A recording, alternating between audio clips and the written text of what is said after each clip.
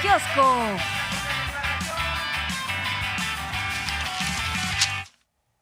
Ya estamos de regreso en Mañanera 360 y en el Día Internacional de la Mujer, un tema que hoy desde muchos aspectos, desde muchas aristas, se puso sobre la mesa en la conferencia matutina, y uno de ellos es las movilizaciones del día de hoy, en donde el presidente garantiza el derecho a la manifestación, hace la recomendación a que ésta se dé de manera pacífica en función y en referencia a otros momentos que ya mencionabas, Jorge Armando, de marchas en donde se han presentado con actos de violencia. Hay que decir también que cada vez estos han resultado más marginales, pero no por eso significa que pudieran no ocurrir, y en razón de eso es que se toman varias decisiones. Una de ellas, que se protege los monumentos y los edificios históricos del centro histórico. A propósito de eso y de pues estas manifestaciones, señalamientos que hicieron legisladoras del PAN quejándose de que fueran protegidos los edificios, en este discurso de protegen más a los monumentos que a nosotras las mujeres, un falsísimo debate. El presidente dice, pues qué ironía que desde el PAN estén ahora diciendo que son feministas, ¿no? No es nuevo, pero lo vuelve a señalar el presidente, y también explica por qué finalmente se pone esta valla, planteando justamente las contradicciones internas de esta clase de manifestaciones. Que le llama reja López Obrador. Ah, reja. Dice, claro. no es es una obviamente, valla, ¿no? Sí, es una valla, pero él le llama reja, y López Obrador en este tipo de debates, pues es importante de pronto cómo conceptualiza las cosas, como diciendo, a ver, no se trata de algo que resulta impenetrable y un alejamiento con el pueblo, sino se trata de una protección, y por eso le llama reja.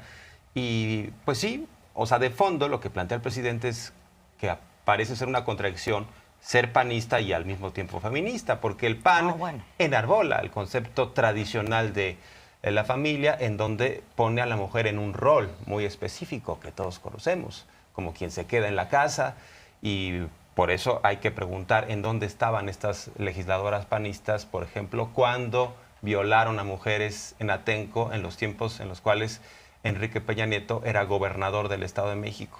¿En dónde estaban estas panistas cuando ha habido una serie de violencia sistemática con las muertas de Juárez? ¿Aparecieron o no aparecieron? Y por eso también el presidente dice, pues es un tema que enarbolan, toman la bandera para golpear a mi gobierno, sí, no porque les interesen las mujeres. Hay muchísimos ejemplos, o sea, el movimiento en favor de la interrupción del embarazo, por ejemplo, siempre ha estado a contracorriente del PAN. No hay más que ver las votaciones en los congresos estatales, ¿no? Siempre han frenado este derecho, ¿no? Que se ha conseguido muy a contracorriente, así como otros. El tema de que jamás salen a hablar de las falencias que existen en las fiscalías estatales. Vimos el caso de Morelos, vimos el caso de Nuevo León. Ahí siempre hay un silencio abrumador con casos específicos de violaciones a derechos humanos de mujeres. Hay un silencio abrumador. Y en este caso, pues están poniendo una valla para que no se vaya a dañar un monumento o un edificio histórico, y resulta que es un gran agravio. Entonces sí hay una gran contradicción, hay una gran hipocresía, y tiene que ver, ya lo decíamos al principio, con esta disputa entre dos proyectos y donde siempre salen a relucir. Hay un movimiento en favor de los derechos de las mujeres, y las mujeres han venido abriendo paso, tanto en las luchas cotidianas que tienen que ver con su trabajo, en sus familias, en el papel que desempeñan en sus pueblos, como también las mujeres que actúan en el servicio público. Me da muchísimo gusto, por ejemplo, poder decir que de 25 millones de personas beneficiadas, 13 millones son mujeres. En las becas, que son alrededor de 11 millones, la mayoría mujeres.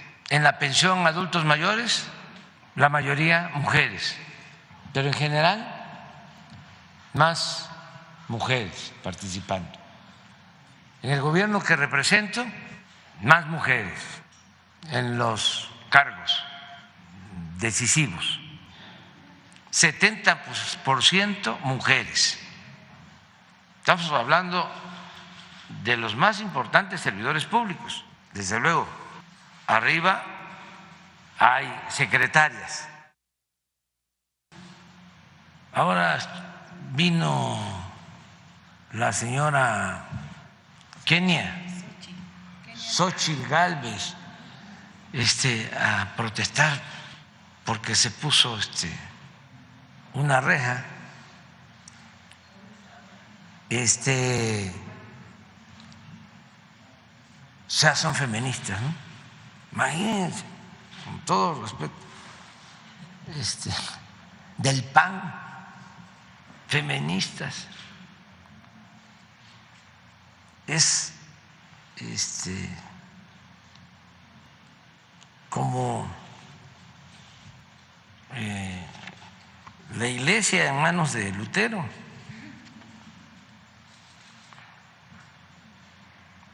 Pero pues ya son feministas, ya el PAN es feminista. Fíjense a qué nivel de hipocresía. Y todo por enfrentar a nuestro gobierno y tratar de frenar la transformación del país. ¿Por qué se pone la reja? Porque ellos son muy violentos. La derecha siempre ha sido. Y desde luego participan mujeres con convicción, con principios, ¿no?, que se manifiestan de manera pacífica, pero vienen. Bueno, ahí se nos juntaron dos temas, tuvimos ahí una confusión. Ahorita vamos a ver sobre el tema paritario, nada más para cerrar este asunto de el uso político de estas manifestaciones desde otra perspectiva, porque finalmente son manifestaciones políticas, pero tienen que ver con otra agenda y se trata de agarrar para este otro uso político. Y también para quienes, porque sí existe quienes pues se han sumado, digamos, a una visión sobre que esta clase de manifestaciones de acción directa, los radicales que esta mañana, o las radicales que esta mañana mencionaba el presidente, creen genuinamente que ese es un camino, pero que en realidad no lleva a ningún lado este camino. Sí. Nada más habría que considerar la cantidad de razones de injusticia que existen en el país de diversos grupos, muy diversos grupos, y que si todas las dirimiéramos de esta manera, pues sí, entonces estaríamos en una guerra civil. Nada más habría que pensar en eso como para decir, una manifestación de reivindicación de derechos tendría que ser para construir, no para destruir. Eso es nada más algo que yo quería agregar porque va más allá incluso de los posicionamientos en donde nos tratamos, ¿no? Nos jaloneamos para ver quién se apodera de una causa. Más allá de eso, frente a quienes creen esto, pues sí. Yo sí creo que hay que hacer un alto y reflexionar sobre este tema. Cualquier manifestación tiene que ser pacífica. De lo contrario, vamos a caer en el ojo por ojo, diente por diente, y sería un caos, ¿no? Entonces, sin duda, por eso el llamado, la insistencia de López Obrador es, estamos en un país de libertades, se ha demostrado una y otra vez que no hay persecución en contra de ningún grupo, pero eso no quiere decir que haya una licencia para violentar a terceras personas, porque hay que recordar que en estas movilizaciones han golpeado a mujeres policías que otra vez van a estar a cargo de resguardar la seguridad y que van desarmadas. En este movimiento feminista sí hay grupos que están enarbolando la causa con mucha responsabilidad. Claro, protestan, pero no están golpeando a mujeres policías. En otras ocasiones estos grupos pacíficos les han entregado hasta rosas a estas policías. Pero en el debate de fondo, uno de los cuestionamientos que hago es ¿dónde estaban las feministas del PAN cuando en el sexenio de Felipe Calderón militares violaron y asesinaron a una indígena en Veracruz, Ernestina Asensio. A decir de un perito, tanto el gobierno de Felipe Calderón como el de Fidel Herrera de Veracruz ocultaron todo esto, cambiaron el dictamen, dijeron que había muerto de causas naturales esta mujer, cuando en realidad fue violada por elementos del ejército mexicano. Ha habido una serie de injusticias en contra de las mujeres y lamentablemente otras mujeres han participado en el silencio. Por eso una de las causas que enarbolan las feministas es que se rompa el pacto del silencio, del patriarcado y todo lo que tiene que ver con esta estructura. Pero no podemos dejar de señalar que muchas de las que hoy van a decir qué mal está López Obrador y qué mal está su administración, o cuando menos varias de ellas, pues no hicieron nada y no dijeron nada en casos de injusticias, ¿no?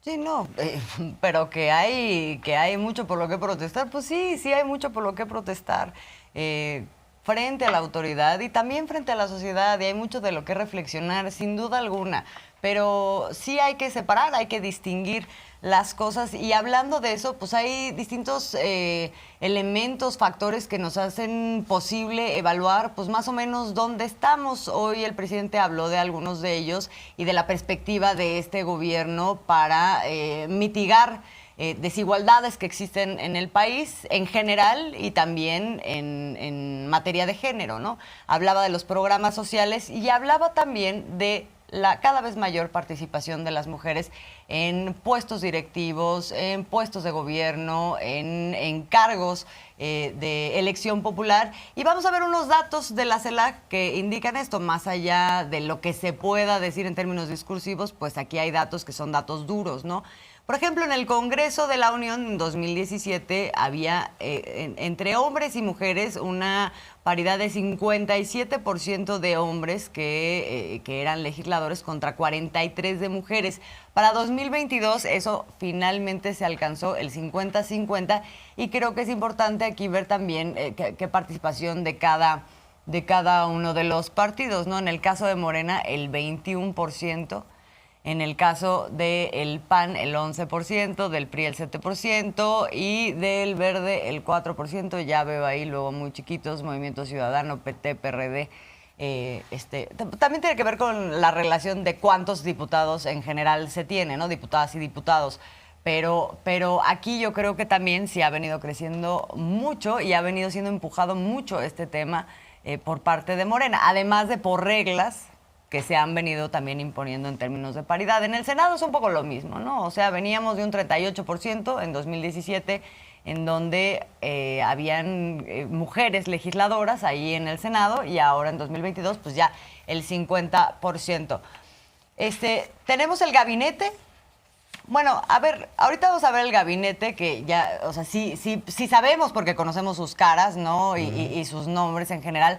Pero es interesante este tema si lo ponemos en contraposición a lo que sucede en el sector privado. En el sector privado tenemos en puestos directivos, regrésenme por favor el gráfico anterior, por favorcito.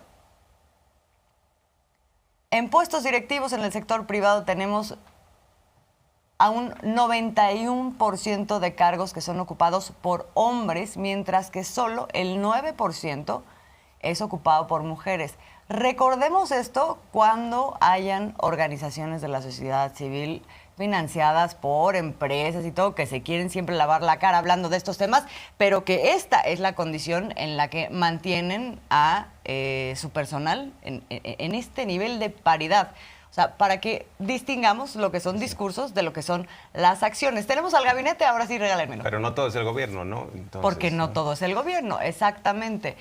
Bueno, aquí en el gabinete está conformado por 45% de mujeres, en donde pues ya conocemos a Leticia Ramírez, de Educación Pública, María Luisa Albores, de Semarnat, Rocío Nale, la Secretaria de Energía, Alejandra Frausto, de Cultura, Luisa María Alcalde, del Trabajo, Raquel Buenrostro, de Economía, Rosa Isela Rodríguez, la vemos todas las semanas, es la Secretaria de Seguridad, y Ariadna Montiel, del Bienestar. Irma Sandoval fue Secretaria de la Función Pública, también estuvo en la Secretaría de Gobernación Olga Sánchez Cordero, pero como algunos no le conceden nada al presidente, cuando estaba Olga Sánchez Cordero decían, es un florero, la pusieron ahí como florero. Entonces, bueno, estamos en este permanente discurso de golpeteo, pero ahí están las acciones y también lo que señala el presidente es muy importante, los programas sociales, pues en su mayoría van hacia mujeres, o sea, se está apoyando a las adultas mayores, a las estudiantes y lo que nos decía el propio Miguel, que ya se tipifica el feminicidio, pues es muy importante porque antes, en los sexenios neoliberales, ni siquiera se contabilizaban los feminicidios como tal, ¿no? Eran homicidios de mujeres. Hay que destacar que el homicidio es del fuero común, corresponde a los estados. En esta administración se buscó que todas las entidades federativas ya tuvieran la contabilización del feminicidio. Y algunos dicen, ay, subió en ese sexenio. Bueno, de entrada en los anteriores no se contabilizaba. Entonces, si ya lo estás contando bien, pues es la primera vez que tienes un tratamiento serio sobre el tema, ¿no? Sí, ahora sobre eso también ha habido una evolución. Hoy dan el dato global, que lo hemos visto en repetidas ocasiones también en los cortes de caja que se hacen en materia de seguridad. Vamos a ver el del feminicidio. Hay una disminución entre que inició esta administración a este punto del 35.7%. Ahora, creo que como en todo es importante ver contrastes que existen, ¿no? A nivel estatal existen diferencias entre algunos estados y otros en materia de feminicidios. Y entonces eso habla también del trabajo que se hace a nivel de las fiscalías estatales y de cómo se trabaja los distintos niveles de autoridad, ¿no? ¿Tenemos ese dato por estados? A ver, regálenmelo. Sí, se me queda lejísimo. Bueno, Espérate. pues nada más hay que acercarse un poquito, pero sí. A ver. En efecto aquí está desagregado por cada una de las entidades. Sí, estarían en primerísimo lugar, tendríamos los estados de Colima, Oaxaca, Nayarit, Sonora, Morelos, pero a ver, Colima y Oaxaca estarían hasta arriba, cerca del 0.50%. Estamos hablando de porcentajes, ¿verdad? Sí, la media nacional es del 0.1%. En el caso de Colima y de Oaxaca estamos hablando de casi llegando al 0.50%, Nayarit 0.30%, Sonora 0.19%, y de ahí ya todos van más bien pegándose, ¿no?, a la media nacional, que es del 0.1%, siguiendo Morelos, Hidalgo, Veracruz, Chihuahua, Tabasco, Nuevo León. Por debajo de la media se encontrarían Yucatán. Ahí no. Sí. ¿Estado de México? Bueno, pues es que debe estar en función de la cantidad de habitantes, ¿no? Entonces, habría que ver esos datos, ¿no? Con no, sí, a ver, sí, tenemos que... Le sabemos que en el Estado de México sí hay problemas serios, gravísimos de violencia contra las mujeres y de feminicidios, ¿no? Entonces, sí brinca ese dato, tendríamos que revisarlo. Ah, y por cierto, yo me brinqué el tema de las gobernadoras, que por primera vez en la historia de este país hay tantas bajo las administraciones estatales, al frente. Pues estamos hablando, mira nada más, en Aguascalientes está María Teresa Jiménez del PAN, en Campeche Laida Sansores de Morena, Baja California Marina del Pilar de Morena, en Chihuahua Maru Campos del PAN, y tenemos más gobernadoras como nunca antes. Bueno, en el caso de la Ciudad de México está Claudia Sheinbaum como jefa de gobierno. En Quintana Roo, Mara Lezama, de Morena Verde. En Colima, Indira Vizcaíno, también de Morena. En Guerrero, Evelyn Salgado, de Morena. En Tlaxcala, Lorena Cuellar. No son pocas, de hecho, pues nunca antes. O sea, si vemos hacia atrás, o si contemplamos lo que sucedió en el régimen neoliberal, podemos contar 5 o 6 gobernadoras nada más, ¿no? Dulce María Sauri Riancho, por ahí alguna que se nos vaya colando, ¿no? La propia Pavlovich en su momento, que llegó a ser la gobernadora de Sonora, del PRI, pero ha sido muy difícil ese camino. Sí, no, ha sido difícil ese camino y sin duda ha habido un punto de inflexión en los últimos 3, 4 años sobre ese tema. Ahora, volviendo al tema de los feminicidios, es interesante porque se le plantea a la Secretaria de Seguridad Pública, Rosa Isela Rodríguez, el tema de, pues evidentemente sigue siendo un problema y es un problema importantísimo en el país, el tema del feminicidio, que es como el último peldaño de la violencia en contra de la mujer, ese es el feminicidio. Más allá de las mediciones, más allá de que se esté disminuyendo este delito y eso sea un hecho, pues de todas maneras es un enorme reto que se sigue viviendo como autoridad y como sociedad, hay que decirlo, ¿no? Porque, y a eso iba un poco, la respuesta que da el día de hoy Rosa Isela no solamente atiende el delito del feminicidio, sino aborda en este tratamiento de cómo se está combatiendo justo este delito, pero en general la violencia contra la mujer, aborda otros delitos que están asociados y que en última instancia llegan a ese punto. Por ejemplo, el tema de la violencia intrafamiliar. O sea, si pensamos que una gran cantidad de feminicidios se cometen por personas que son cercanas a las mujeres que han sido asesinadas, bueno, pues ahí empieza en materia de prevención un trabajo que se está haciendo a través de las mesas de paz e interinstitucional, digamos, es este trabajo. No nada más es para combatir el síntoma, ¿no? Y para evitar la impunidad de un delito ya cometido, sino cómo podemos prevenirlo. De esto habló Rosa Isela Rodríguez, además de las mediciones que ya hablabas, Jorge Armando, adelantabas el día de hoy. Vamos a escuchar. A partir del 2020, a mediados de 2020, es cuando se empieza en el total de las 32 entidades el conteo, digamos así, la contabilización, porque ya se dio la tipificación en todo el país y existe el delito de feminicidio, y es en el 2020 cuando se termina toda la tipificación de este delito. Insisto en ello porque antes, aunque fallecieran las mujeres, no se contaban como feminicidios. Por eso está esta gráfica hacia arriba. Y entonces, cuando se empiezan a contar los feminicidios, pues se incrementan en todos los estados. Y ahí, en el 2020-2021, se reforzaron las medidas y nosotros también, pues, tenemos un gabinete que está constantemente, precisamente, evaluando si las acciones que se presentan en esta estrategia son correctas. Las cifras que nos dan sobre todos los delitos proceden, como usted bien lo dice, de las fiscalías estatales. ¿Nosotros qué hacemos como secretaría? Los captamos y los sistematizamos en donde creció más el número, en donde decreció, en fin. Es, digamos, el acopio de la información oficial. Segundo, nosotros sí tomamos en cuenta para efectos de la operación en campo todos los delitos contra las mujeres. 3, las violaciones, y 4, la violencia familiar. Trabajamos de la mano con ellos, con ellas. No se puede trabajar solamente en una isla.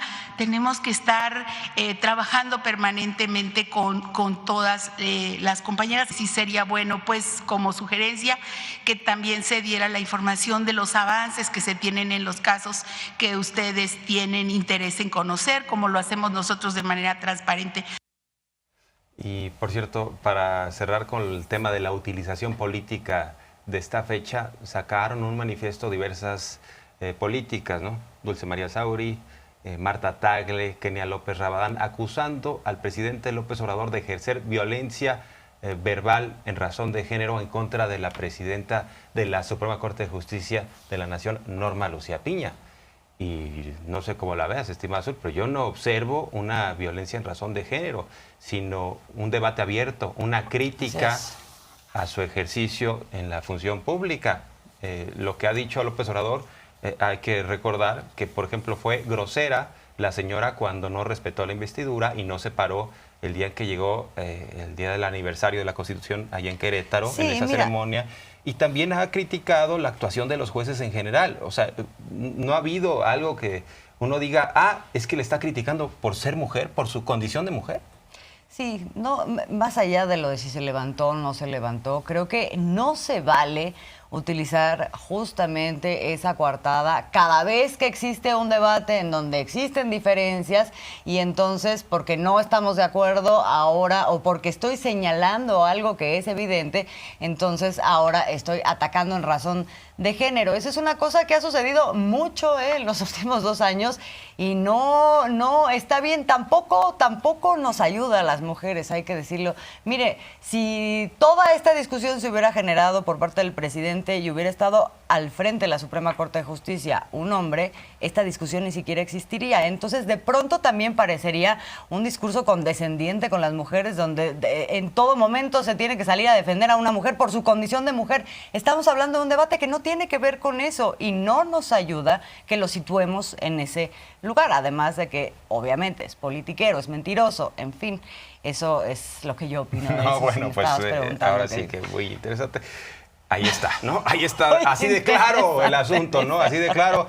Pero sí, o sea, es lo que venimos sosteniendo, ¿no? Aún nos desincomoda el debate abierto y el debate es parejo, hombres, mujeres. Claro. O sea, es un debate que les incomoda a algunos porque es sacarlos de la zona de confort, en donde simplemente quieren tener a un presidente maniatado, callado, silenciado, dominado por grupos de Tiene que poder. ver con otra cosa. Y a propósito de estas agendas, salió el tema, ¿no? De lo que ha pasado allá en la frontera norte de México, en Tamaulipas. Lamentable, lo ha subrayado López Obrador, lamentable lo que ha acontecido respecto a estos 4 norteamericanos que fueron secuestrados, aparentemente confundidos. No sabemos exactamente qué sucedió. Lo que dice el presidente López Obrador es que hay una investigación en curso. 2 de estos norteamericanos sobrevivieron, pero también el presidente ha subrayado la asimetría en las coberturas informativas de cómo toman allá y en México grupos conservadores este tipo de noticias y cómo hay otras que ni siquiera les hacen caso. Recientemente, allá en Arizona, un ranchero se acaba de declarar inocente, asesinó a un migrante con una AK-47, les disparó a 8 y eso no fue nota. Y luego también está lo de los indígenas que fueron asesinados cerca de San Francisco, que tampoco fue nota, ¿no? Entonces el presidente sigue hablando de estas asimetrías en las coberturas informativas, pero pues en los Estados Unidos toman esto también para hacer campaña. Así es, también habla justamente de los actores políticos que utilizan ahora sí que en complicidad con algunos medios de comunicación para impulsar sus agendas. Y vamos a ver un ejemplo de estos actores políticos, el senador Lindsey Graham. I'm going to introduce legislation, Jesse, to make certain Mexican drug cartels, foreign terrorist organizations under U.S. law, and set the stage to use military force if necessary to protect America from being poisoned by things coming out of Mexico. So what would Lindsey Graham do? I would tell Mexican government, if you don't clean up your act, we're going to clean it up for you. Ay, o sea, por favor. Sí, que esto ya es una reacción después de todo lo que se dio a conocer el día de ayer, en donde supimos, con un poco más de detalle a lo largo del día, pero supimos que se encontraron a los cuatro jóvenes que secuestraron. 2 de ellos murieron, uno estaba herido, el otro no. Y 2 de ellos, quienes no fallecieron, ya fueron entregados a autoridades de Estados Unidos, quienes participaron aquí, distintos niveles de autoridad en materia de seguridad del gobierno, y también se colaboró con el gobierno de Estados Unidos, se intercambió información y todo, pero se dio en el marco de respeto. Lo que pasa es que en este contexto todo el tiempo se ha querido usar esto como ejemplo de que de que México prácticamente no puede solo. Entonces hay que entrar en México y con esta misma lógica de cuando Estados Unidos establece que hay una amenaza terrorista y entonces hay que ir a invadir a otro país. Bueno, por eso se tiene que visibilizar y no normalizar esta clase de discursos, porque los saltitos que van dando en Estados Unidos de pronto son cuánticos, aunque ahorita pareciera que pues están en una franca minoría con respecto a lo que pudiera ser aprobado en el Congreso. Desde luego, pues también al interior del gobierno de Biden no se ha impulsado este discurso, pero de pronto sí deslizan ahí también comentarios, ¿no? Bueno, en el mismo embajador sentido. Ken Salazar diciendo ¿Cómo es posible que el cártel del Golfo o del Noreste sigue conquistando varios territorios en Tamaulipas, en la frontera chica sobre todo, pero no vieron nada respecto a Cabeza de Vaca? A Cabeza de Vaca lo tienen en Estados Unidos. ¿Por qué no lo interrogan siquiera al señor exgobernador? Él los puede orientar, él les puede decir cómo opera el cártel del Golfo, precisamente en Tamaulipas. O sea, no tiene mucho el nuevo gobernador Américo Villarreal en funciones. O sea, le dejaron una casa tirada. Y luego este discurso bélico del legislador republicano diciendo, si usted no puede limpiar su casa, lo vamos a hacer nosotros. Por favor, que nos hable de la industria armamentista, lo que genera en ganancias y qué están haciendo para bajar el número de consumidores. O sea, vamos a los temas de fondo, no a los temas electoreros, frente a los cuales el presidente también se planta con mucha determinación, ¿no? Vamos a escuchar. Tiene razón para evitar la violencia aquí y allá, en México y en Estados Unidos. Y cada quien tiene la responsabilidad de garantizar en sus países la paz, la tranquilidad. No deja de haber politiquería aquí y allá, ¿no? Ya hemos hablado de eso, pero tenemos que trabajar juntos, respetando nuestras soberanías. Es que antes se metían y ellos decidían. Por eso hasta me extraña cómo es que no supieron lo de García Luna, si trabajaban juntos. Ahora hay cooperación, pero respeto a nuestra soberanía. Y así lo entiende el presidente Biden. Siempre ha sido muy respetuoso. Bueno, y ayer planteaba el presidente justo los temas de los que Estados Unidos pues prácticamente no se mete a hablar, el tema de las armas, el tema del consumo y las adicciones de opioides ahí en Estados Unidos, que es algo que tampoco se está atacando desde el punto de vista de la salud pública. Creo que vale la pena rescatar una conversación que ayer tuve oportunidad de tener con el Comisionado Nacional para las Adicciones, Gadi Zabicki, en donde pues relata muy bien cómo se dio este proceso en donde fue creciendo el nivel de adicción y de consumo a opioides y que terminó en el fentanilo allá en Estados Unidos. Un poco para que tengamos contexto de por qué no todo ni empieza ni termina con los cárteles de la droga. La crisis de narcóticos sintéticos es la peor crisis de narcóticos que hemos vivido en la historia de la humanidad. Yo a veces llamo el cartel de la industria farmacológica. Actuó de manera artera y únicamente pensando en el rédito económico que le iba a dar el comercializar a Vicodin. Este medicamento tiene la potencia de 24 horas de morfina intravenosa en una sola tableta, pues no se quedaron con los brazos cruzados y salieron a la calle a buscar opiáceos en el mercado negro. Y de ahí, pues ya se va multiplicando. Bueno, hasta nos acordamos de Senli Llegón, el de los precursores químicos, precisamente. Se encontraron más de 200 millones de dólares. Bueno, el señor dice, la verdad es que me robaron los de la Policía Federal, los de el equipo de García Luna, pues más de 70, 80 millones de dólares que no dieron a conocer. Pero bueno, en efecto, fue creciendo el negocio, ¿no? De este tipo de drogas sintéticas en el país, también en función de la demanda. Y pues sí, vamos a los temas de fondo, porque México sigue distribuyendo la droga, pero ellos siguen consumiendo. O sea, si México no existiera en un escenario hipotético, pues ellos van a seguir requiriendo la droga. ¿Cómo la van a meter? A lo mejor a través de Canadá o a lo mejor a través de sus puertos.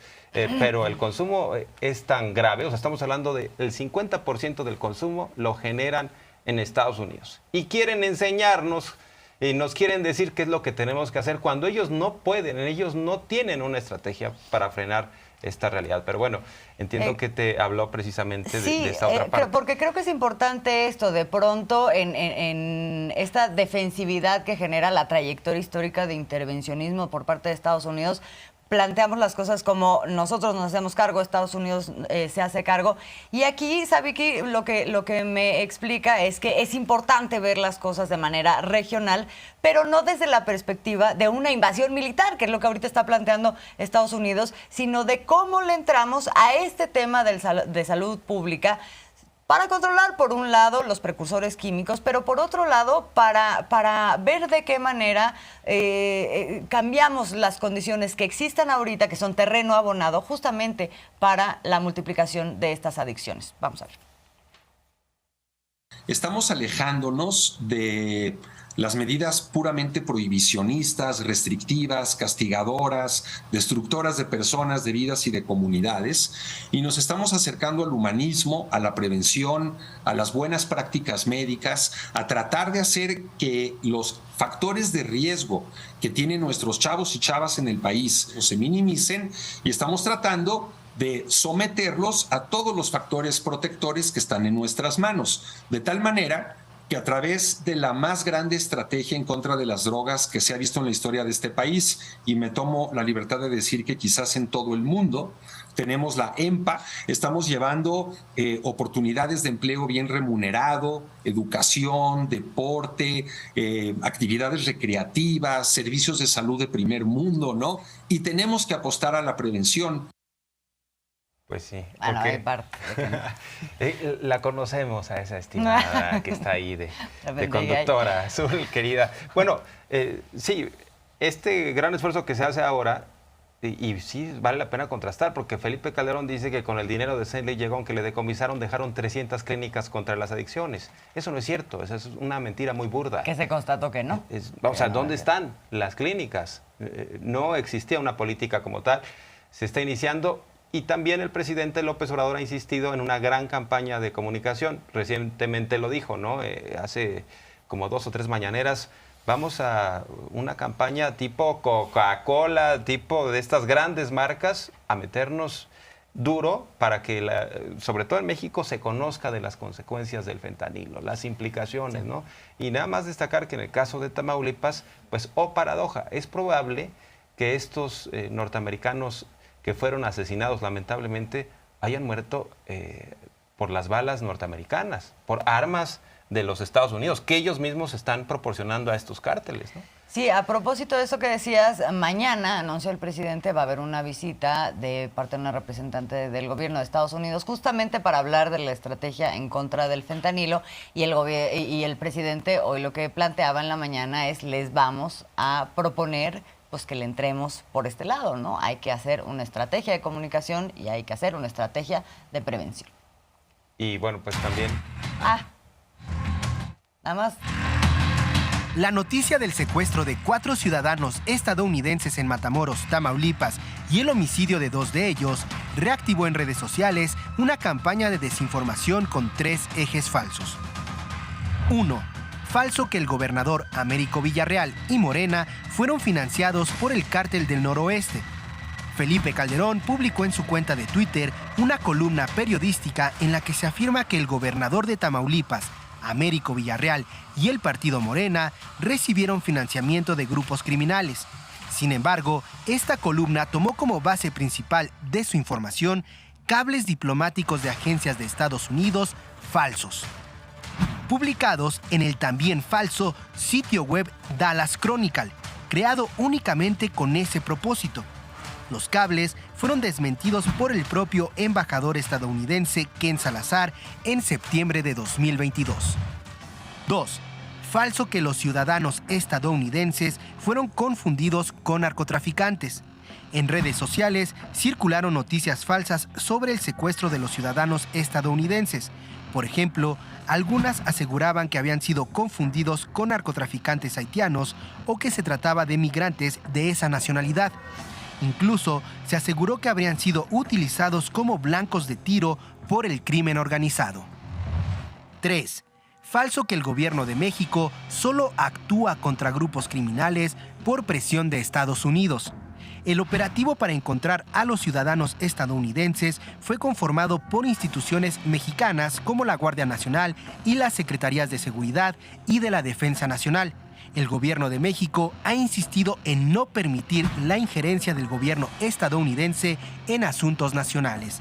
Además, durante la actual administración se ha logrado la detención de importantes líderes del crimen organizado, como Pedro Ramírez Pérez, El Jamón, líder de la Unión Tepito, en mayo de 2019, José Antonio Yepes Ortiz, líder del Cártel de Santa Rosa de Lima, en agosto de 2020, Rafael Caro Quintero en julio de 2022 y a Ovidio Guzmán en enero de 2023. Infodemia. El caso en específico de Tamaulipas y destacar que las corporaciones mexicanas, el Ejército, la Marina y también el gobierno del estado de Tamaulipas, el gobierno municipal de Matamoros, actuaron para dar con el paradero de estos 4 estadounidenses y se resolvió relativamente rápido. Estamos también hablando de que no hay un tema de colusión y son escenarios distintos porque muchas veces en sexenios anteriores tanto los criminales como las corporaciones trabajaban de la mano y ahora pues claramente se identifica a un grupo que estaría detrás de esta violencia. ¿Y por qué es importante la distinción?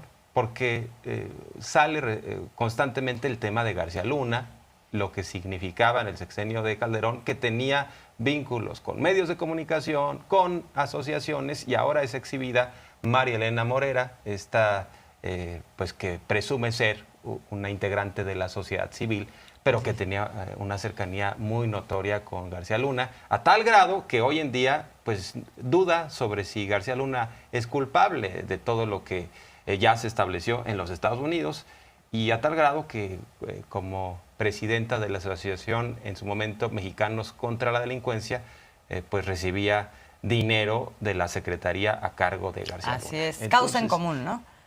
Hoy en día causa en común, antes Mexicanos contra la Delincuencia. Que convivía con otra serie de organizaciones como la de Isabel Miranda de Wallace. Ahí habían varias en ese momento que todas eran, pues ahora sí que chupaban del gobierno y a cambio les daban buenas evaluaciones, ahí estaban metidas, no, o sea, había como un arropo de estas organizaciones de la sociedad civil en donde además funcionaban como también como actores políticos de golpeteo de oposición, ¿no? Al gobierno de del PAN del PAN en ese momento, porque estamos hablando del gobierno de Vicente Fox y hoy también el presidente recuerda como en aquel momento de pronto cuando se habla de es que es esquizofrénico, se habla de la inseguridad, de los secuestros y se sitúa el tema en contra del gobierno de entonces, el jefe de gobierno Andrés Manuel López Obrador, cuando lo que teníamos era una explosión del fenómeno del secuestro a nivel nacional y que ahora sabemos, encabezado por la AFI, cuyo titular era Genaro García Luna. Entonces lo que dice el presidente... Lo que dice el presidente es, cuando era jefe de gobierno, el golpeteo fue hacia mí, hicieron esta marcha blanca en la Ciudad de México, pero en el caso de María Elena Morera, la situación es todavía más grave porque su hijo fue incorporado como asesor personal de Genaro García Luna. Entonces, se supone que ella era de la sociedad civil, calificaba el trabajo del gobierno de Calderón, eso sí, rechinando el limpio, todo en palomita verde, ¿no? Todo muy bien. Y también recibían dinero. O sea, vi una nota de la jornada de 2009 que pidieron información vía transparencia y Mexicanos Unidos contra la Delincuencia de María Elena Morera había recibido ya 4 millones de pesos en 2009, o sea, en 3 años. Y seguramente después le dieron más, además de cabida al hijo de María Elena Morera. Y por eso no es extraño que hoy en día ella diga... Pues no me consta, lo de García Luna, ¿no? Sí, no, por ahí hay momentos en donde ha querido más bien deslindarse, ¿no? Yo no tenía que ver con él. Mi hijo trató de cambiar las cosas desde adentro, luego nos dimos cuenta de que no, entonces nos salimos, nos separamos, en fin. Pero es muy impresionante porque sí, en estos últimos días, más bien lo que ha salido en entrevistas son declaraciones en el sentido de que no hay nada que pruebe la culpabilidad de Genaro García Luna. La mención honorífica se la lleva María Elena Morera, presidenta de Causa en Común, asociación que, recordemos, recibía financiamiento millonario directo casi de la mano de Genaro García Luna, ahora preso en Estados Unidos, cuando estaba al frente de la seguridad pública de nuestro país. Que bien decía William Barr en su artículo que el único que realmente luchó contra las bandas criminales era Calderón. El tema de García Luna también es extraño porque no vimos ninguna evidencia. Porque yo algo que le debo reconocer, y siempre se lo reconozco a García Luna a pesar de las diferencias que tuvimos, fue que siempre atendió a las víctimas de secuestro y que construyó la Policía Federal, ¿no? La policía al final es una imagen del pueblo al que sirve.